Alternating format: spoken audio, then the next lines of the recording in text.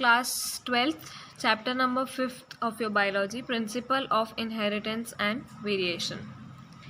Have you ever wondered why an elephant always gives birth to a baby elephant and not some other animal? यानी कि आपने कभी सोचा है कि हमेशा एक एलिफेंट जो है वो एलिफेंट के ही बच्चे को बर्थ क्यों देता है? ऐसा क्यों नहीं होता कि कुछ और एनिमल उसमें से बर्थ ले? या फिर एक मैंगो सीड अगर हम देखें तो वो सिर्फ मैंगो का ही प्लांट क्यों बनाती है, कुछ और प्लांट क्यों नहीं बनाती है?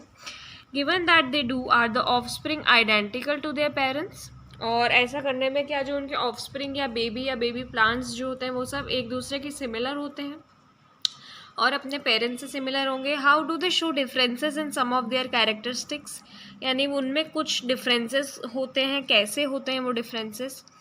और कभी कभी आपको लगता है कि जो सिबलिंग्स यानी भाई बहन होते हैं वो एक दूसरे से सिमिलर क्यों दिखने लग जाते हैं और कभी कभी इतने अलग क्यों दिखते हैं. These and several related questions are dealt with scientifically in a branch of biology known as genetics. यानी कि ऐसे ही कुछ सवाल हैं जिनके साथ में हम डील करते हैं एक ब्रांच ऑफ बायोलॉजी में जिसे हम कहते हैं genetics. This subject deals with the inheritance as well as the variation of characters from parents to offspring. यानी इस सब्जेक्ट में हम क्या डील करेंगे कि हमारे पेरेंट्स से हम क्या क्या प्रॉपर्टीज़ को इनहेरिट करते हैं, लेते हैं, और क्या क्या हमारे अंदर वेरिएशन है, यानी क्या क्या हम उनसे किस किस चीज़ों में अलग होते हैं. Inheritance is the process by which characters are passed on from parent to progeny. यानी इनहेरिटेंस एक ऐसा प्रोसेस है जिसमें कैरेक्टर्स पास होते हैं पेरेंट से प्रोजेनी में, यानी पेरेंट से उनके आने वाले जो जनरेशन है, जो बच्चे, उनमें पास होते हैं कुछ कैरेक्टर्स, और इस प्रोसेस को हम इनहेरिटेंस बोलते हैं. It is the basis of heredity, ये हेरिडिटी का बेसिस है. Variation is the degree by which progeny differs from there parents. और वेरिएशन क्या होता है इसमें? वेरिएशन मतलब कि उनमें कितना डिफरेंस है, पेरेंट्स और उनकी जनरेशन में कितना डिफरेंस है. Humans knew from early age 8,000 to 1000 BC that one of the causes of variation was hidden in sexual reproduction. Humans को ये बात पहले से पता थी कि वेरिएशन का एक कॉज हमारा सेक्शुअल रिप्रोडक्शन होता है. They exploited the variation that were naturally present in the wild population of plants and animals to selectively breed and select of organisms that possess desirable characters. For example, through artificial selection and domestication. From ancestral wild cows well have been known in breeds, example Sahiwal cows in Punjab. We must however recognize that though our ancestors knew about the inheritance of characters and variation, they had very little idea about the scientific basis of phenomena. यानी कि हम पहले से ये चीज़ जानते थे और जो हमारे एंसेस्टर्स थे उन्होंने कुछ इसमें एक्सपेरिमेंटेशन भी करके देखा है. उन्होंने 2 हाइब्रिड्स लेके उनको ज्वाइन करके देखा है कि रिजल्ट क्या आता है. और बहुत जैसे साहिवाल काऊ जो है पंजाब में, जो हम ऑलरेडी एक चैप्टर में पढ़ चुके हैं, वो भी ये दोनों मिक्स ब्रीड है, वाइल्ड काउज और अच्छे उनकी. तो ये चीज़ जब हमारे एंसेस्टर्स पहले से जानते थे, लेकिन उनको बहुत लिटिल आइडिया था, बहुत कम आइडिया था कि इस चीज़ का साइंटिफिक बेसिस क्या होता है, कि ये होता क्यों है. उन्होंने करके तो देख लिया था ये, पर उन्हें पता नहीं था. Mendel's law of inheritance. It was during the 19th century the headway was made in understanding of inheritance. Gregor Mendel conducted hybridization experiments on garden peas for 7 years. ये ईयर याद रखना है, ये पूछते हैं. 1856 से 1863 तक जियोर मेंडल ने हाइब्रिडाइजेशन एक्सपेरिमेंट करे थे गार्डन पीस पर, यानी जो हमारे मटर होते हैं इस पर, पूरे 7 साल के लिए. And propose the law of inheritance in living organism, और उन्होंने लॉ ऑफ इनहेरिटेंस दिया था. During Mendel's investigation into inheritance pattern, it was the first time that statistical analysis and mathematical logic were applied to the problems in biology. यानी Mendel के जो investigation थे, पहली बार ऐसा हुआ कि स्टैटिस्टिक और मैथमेटिक्स का यूज़ हमने बायोलॉजी के प्रॉब्लम्स में करा. His experiment had a large sampling size which gave greater credibility to the data he collected. यानी उनके पास बहुत सारा डेटा था.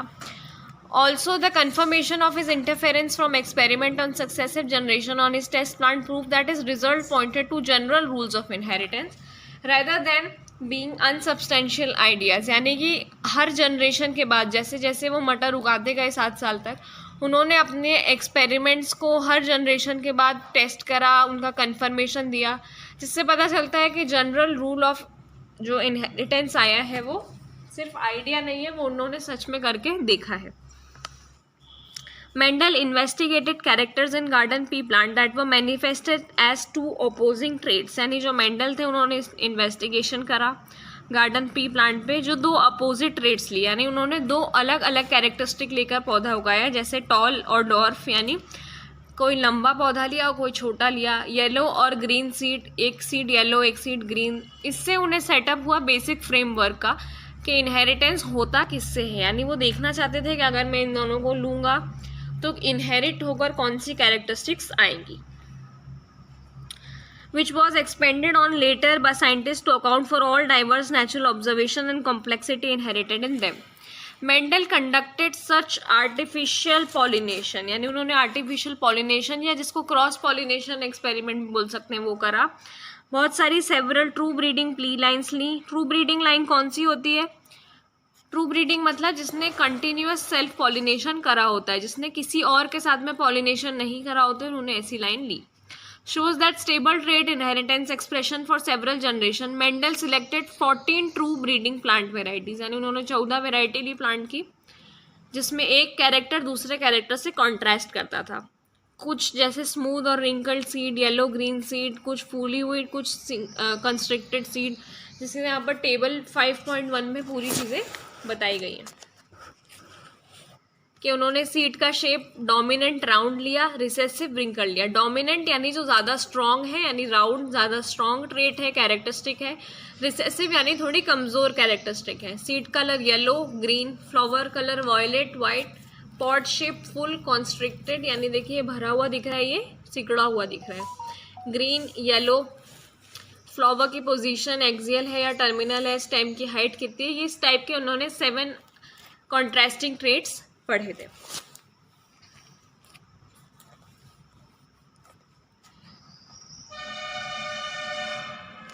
तो उसकी टेबल यहाँ पर दी हुई है जो हमने वहाँ पढ़ा है अभी। Inheritance of one gene.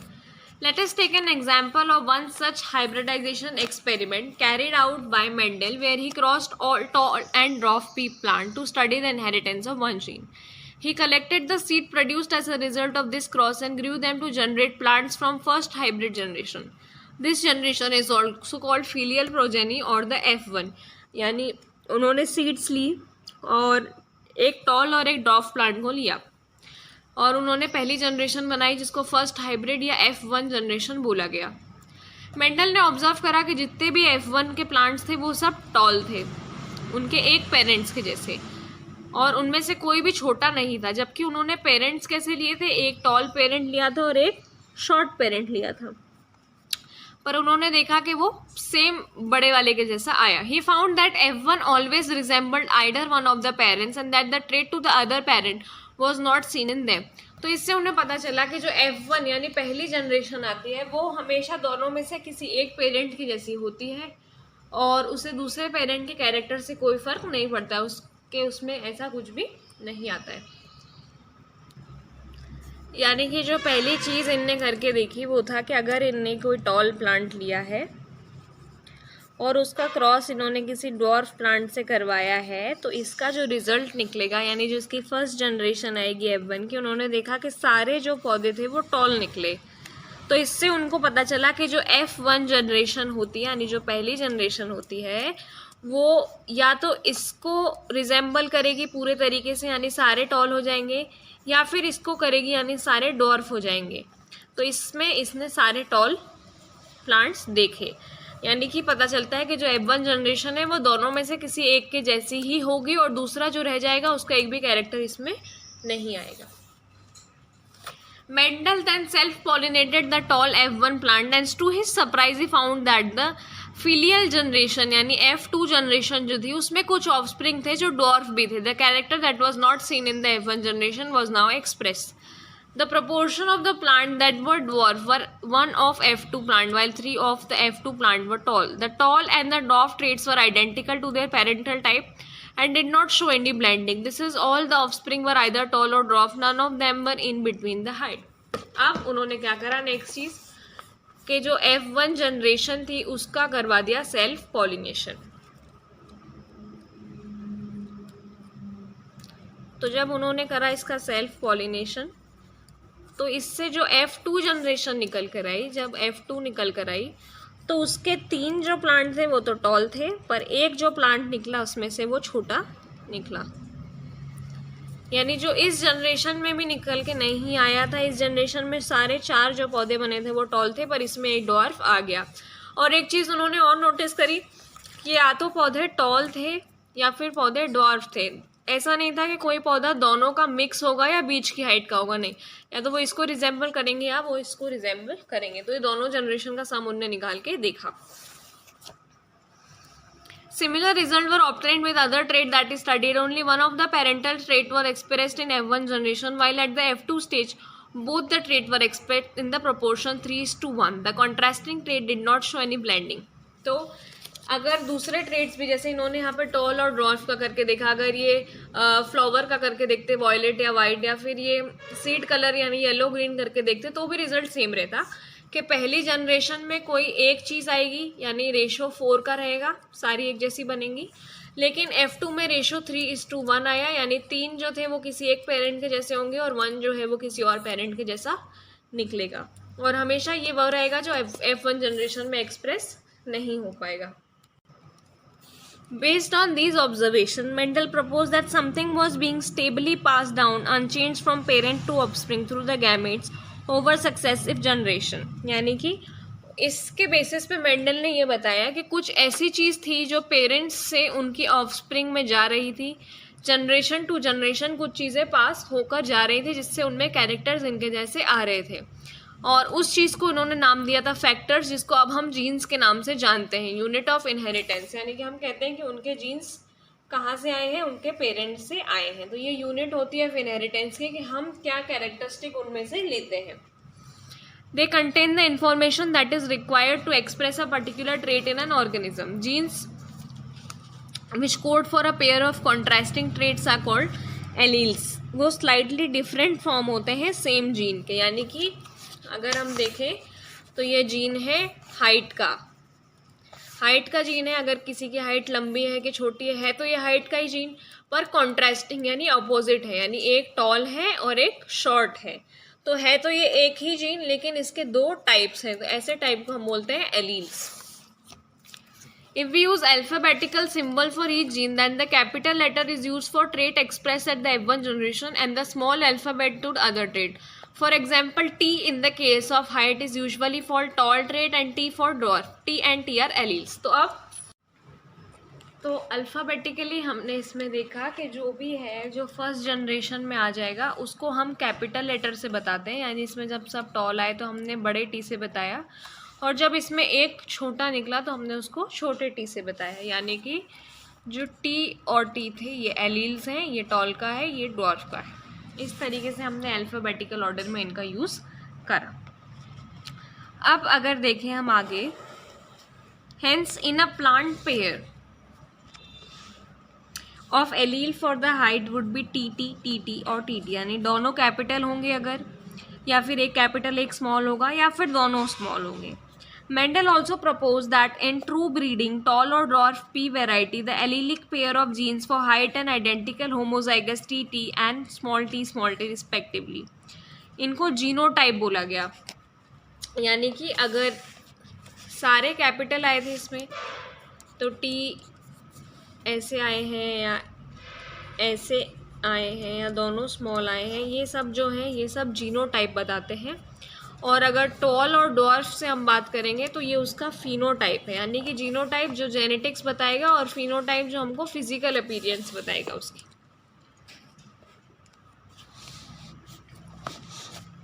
As Mendel found the phenotype of F1 heterozygote capital T and small t to be extra like the TT parent in appearance, he proposed that in pair of dissimilar factor one dominates the other and hence is called dominant factor।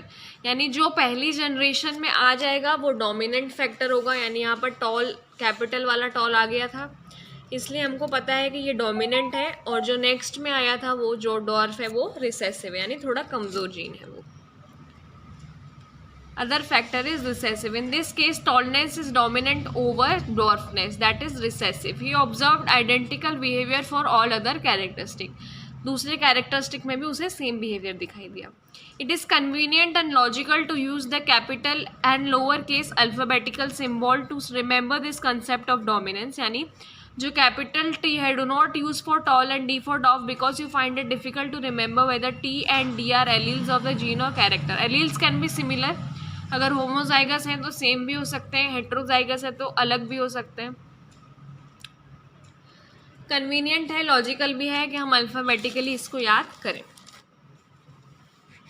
अब हम इसमें एक सबसे पहला cross देखेंगे, one character cross जिसको बोला गया है मोनो हाइब्रिड क्रॉस, जो कैपिटल टी और स्मॉल टी के बीच में होगा.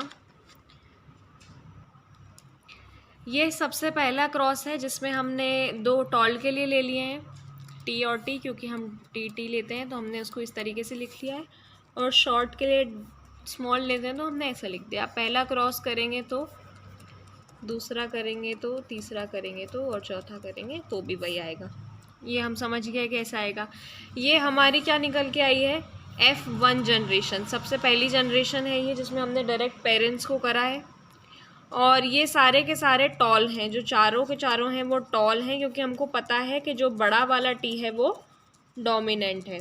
अब जैसा कि मेंडल आगे क्या करता है, हमने देखा मेंडल सेल्फिंग करा देगा, F1 जनरेशन का सेल्फ क्रॉस करा देगा. तो सेल्फ क्रॉस यानी कि जो टी है उनको आपस में करना है. तो हम कैसे लिखेंगे इसको, इस तरीके से. और अब हम इसका क्रॉस करवाएंगे तो क्या निकलेगा, पहले टी और टी होंगे,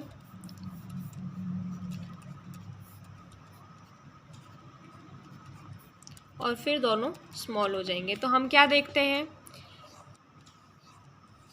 ये जो 3 हैं ये टॉल निकलेंगे, यानी 3 टॉल है, और ये जो 1 है जो पूरी तरीके से शॉर्ट दिख रहा है ये डॉर्फ आएगा, यानी 1T. तो ये क्या रेशो आ गया, 3:1.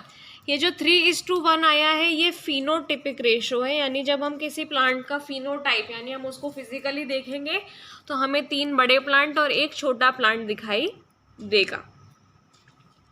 और अगर हम इसको देखें कि इसका जीनोटाइप कैसा है, जीनोटाइप यानी दोनों गैमीट सिमिलर कब कब हैं, तो ये दोनों एक जैसे हैं, दोनों कैपिटल हैं यानी 1. ये दोनों सेम दिख रहे हैं, एक कैपिटल टी एक स्मॉल टी, एक कैपिटल टी एक स्मॉल टी, यानी कि ये 2 हो गए, 2. और ये दोनों स्मॉल यानी फिर से 1. तो इसका गैमेटोजेनिक रेशो जो है, जीनोटिपिक रेशो जो है वो आएगा 1:2:1. अब इसमें याद क्या रखना है कि ये मोनो हाइब्रिड क्रॉस है, इसमें एक ही लिया गया है, और इसका फिनोटिपिक रेशो होता है 3:1 और जीनोटिपिक रेशो होता है 1:2:1. ये जो क्रॉस मेंडल ने बनाए थे इन्हें हम प्यूनेट स्क्वायर्स बोलते हैं, जिसे एक British genetics Reginald C Punnett ने बनाया था. ये ग्राफिकल रिप्रेजेंटेशन होता है प्रोबेबिलिटी कैलकुलेट करने की कि जीन्स आगे चलकर कैसे निकलेंगे. एक बार फिर से हम समझ लेते हैं कि मेंडल ने सबसे पहले जो प्लेन कैरेक्टरिस्टिक्स होती है वो ली, यानी कि जैसे पेरेंट्स होते हैं कैपिटल टी और स्मॉल टी, इनका क्रॉस करवाएगा. तो जब उसने इनका क्रॉस करवाया तो कैसे लिखेंगे हम, जब 4 चीज़ें हैं तो 2 को इधर लिख देंगे और 2 को इधर लिख देंगे. तो जब इनका क्रॉस करेंगे तो सब एक जैसे आ जाएंगे. ये F1 जनरेशन आई, हमने पहले ही पढ़ा है कि F1 जनरेशन में सारे टॉल आते हैं, सब सिमिलर आते हैं. लेकिन F1 जनरेशन को जब डबल से क्रॉस करवाते हैं, यानी टी का ही टी से, तो हम एक ऐसा लिखेंगे और एक ऐसा लिखेंगे. तो एक तो पूरा सेम आएगा, 2 इस तरीके से आएंगे, और एक फिर से पूरा छोटा आएगा. तो इसका हम अगर देखें फिनोटिपिक रेशो तो 3:1 आएगा, क्योंकि 3 प्लांट टॉल है और एक शॉर्ट है. पर अगर हम जीनोटिपिकली देखें तो 2, 1, 2 और 1. इसके बाद मेंडल ने एक और क्रॉस करके देखा जिसे हम टेस्ट क्रॉस बोलते हैं.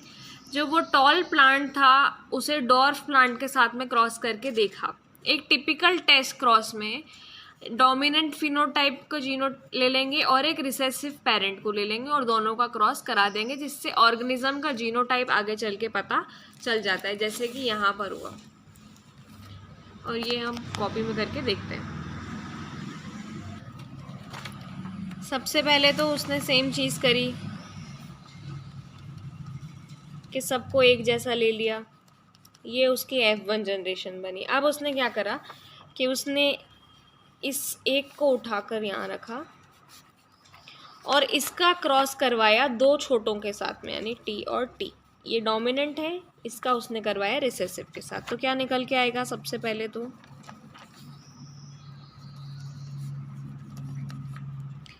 इससे हमें क्या देखने को मिलेगा कि आधे जो हैं वो तो आए हैं टॉल और आधे जो हैं वो आए हैं डॉर्फ, यानी कि आधे प्लांट बड़े आ जाएंगे और आधे प्लांट छोटे आ जाएंगे। ये होता है टेस्ट क्रॉस। टेस्ट क्रॉस में हम एक डोमिनेंट वाले का पलट के, जब सेल्फ क्रॉस नहीं करवाते हैं हम जैसे पहले करवा रहे थे, उसका किसी छोटे वाले से हम क्रॉस करवा देंगे। तो अब इनके ऑब्जर्वेशंस जब इन्होंने देखे मोनोहाइब्रिड क्रॉस के, तो मेंडल ने दो जनरल रूल्स दिए। इन रूल्स को हम प्रिंसिपल या लॉ ऑफ इनहेरिटेंस बोलते हैं। पहला लॉ ऑफ डोमिनेंस होता है, दूसरा लॉ ऑफ सेग्रीगेशन होता है। तो लॉ ऑफ डोमिनेंस में क्या आता है कि जो कैरेक्टर्स हैं वो फैक्टर्स के थ्रू कंट्रोल होते हैं, यानी जिन्हें हम जीन्स बोलते हैं उसके थ्रू कंट्रोल्स होते हैं। फैक्टर पेयर्स में आते हैं। पेयर में मतलब जब हम भी देखेंगे तो टी पेयर में आएगा, अकेला नहीं आएगा, और ये भी पेयर में रहेगा। In dissimilar factor one member of the pair dominates the other, यानी कि एक फैक्टर हमेशा डोमिनेंट होता है और दूसरा वाला हमेशा रिसेसिव होता है। और लॉ ऑफ डोमिनेंस को हम use to explain the expression of only one parental character in monohybrid cross in F1 and the expression of both in F2।